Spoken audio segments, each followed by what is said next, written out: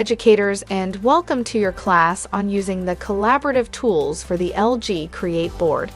In these lessons, we will be exploring some of the different interactive apps we can use to collaborate with students in class. Hello educators, and welcome to Lesson 1, the Note app for Android. In this lesson, we will be taking a look at the collaborative features of Note and the interactive tools that make it such a popular app. During this lesson, Chris will demonstrate how to use Note to utilize the interactivity of the CreateBoard and take you on a tour of the features and how they can come in handy. Next, Chris will show you how to bring files into the space for notation. Then, we will take a look at how the split screen feature and the web browser can make a powerful team.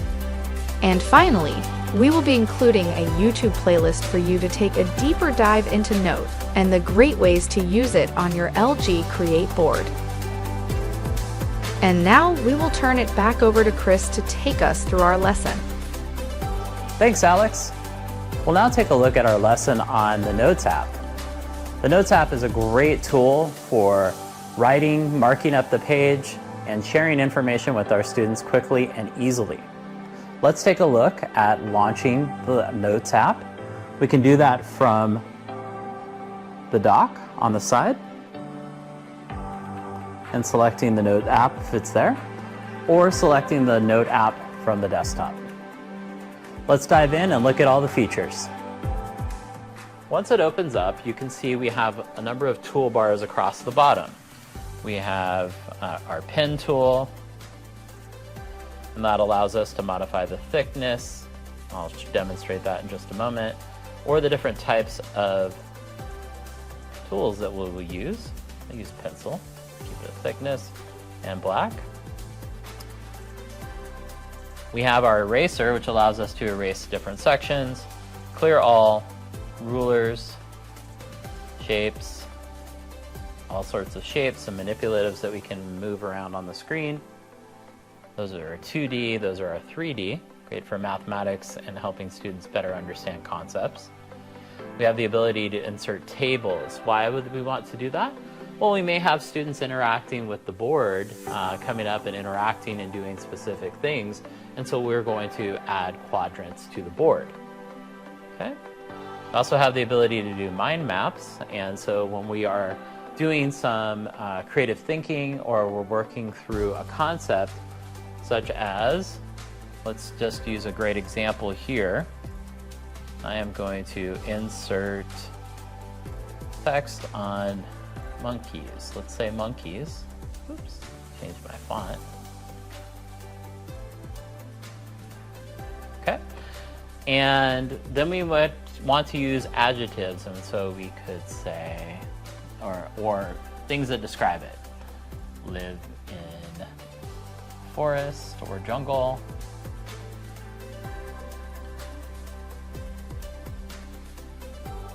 Have hair. Oh, there we go. Hair on body. And so forth. So we could do mammals, etc., etc. So we could be working collectively as a class on that. So let's go ahead and move that off to the side. Okay. We also have sticky notes, and the sticky note functionality is very similar to what we've seen in other applications like Jamboard or other tools that we've been using. And we can add quick notes. Idea 1, or maybe we want it to be connected to our thinking map. Mammal, okay. And we can change colors, we can do all sorts of things. And then we could also add a grid. And so we can do that directly on our board and move them around on the board. If I ever want to delete anything that I've added, I just long press it with the board and either delete it, clone it, or move it, or I can add text. So I'm going to delete these. So those are our main tools and functions. One thing I will note over here is that we can add additional boards. So we have one note page right here, and if I add another, I get a blank page. Okay? So when I do export this, this would export as all of those different pages. So then, the other thing that we would look at is our menu over here. In our menu, we can save our current file. So click Save, and it will save it to our Notes folder. Okay, I can name it. Click Menu. I can import images, PDFs, scalable vector graphics, or interactive whiteboard files from other systems. And similarly, I can export all of these things as an image or as a PDF, so I can add them into Google Classroom or any other place that I want to store any notes or things that I've demonstrated for the students during class. Okay. The other things that we should look at are the templates, and this is the background. And so we have the ability to change the color of the background easily. We also have a number of different layouts that are pre-done. Or if you prefer to create your own, you could actually create your own in something like Canva or another graphics program and actually import your own background for notes. Why would that be useful? Well, if you have particular KWL charts or different protocols or different resources that you use consistently, you could actually upload it and save it as a template. Okay. So that is the bulk of what you need to know for notes on the CreateBoard.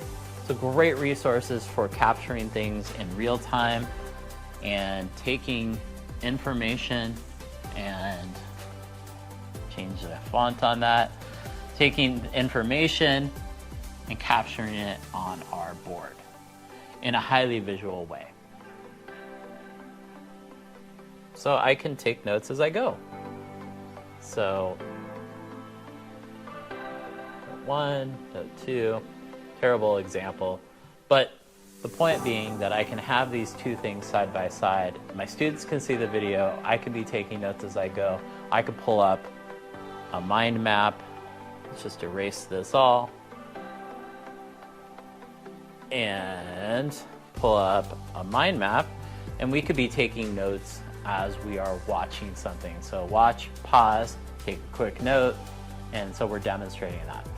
The other part at the same time, and this is connected to CreateBoard Share, students can be seeing these locally on their own devices if they are connected and I am pushing the content to their device.